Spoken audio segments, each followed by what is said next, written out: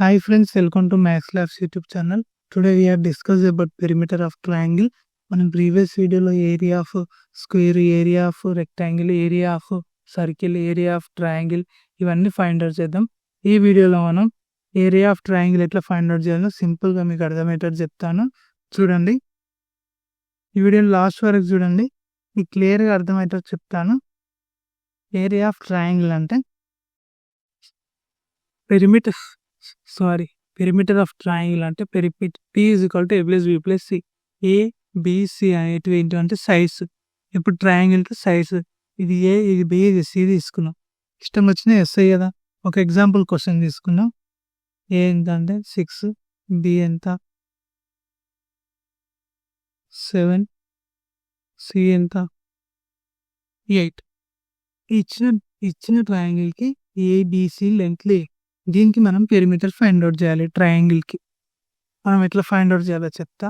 Perimeter is equal to A కాడ 6, B కాడ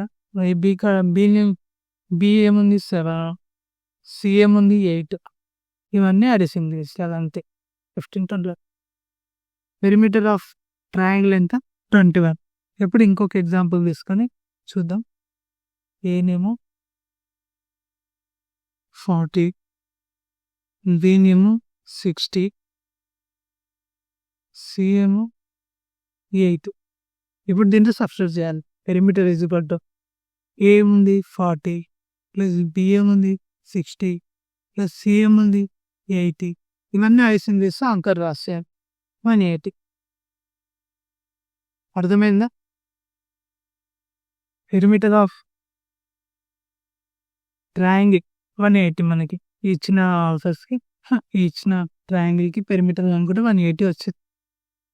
ఈ వీడియో మీకు నచ్చితే లైక్ చేయండి, షేర్ చేయండి, సబ్స్క్రైబ్ చేయండి. ఏమైనా డౌట్స్ ఉంటే కామెంట్లో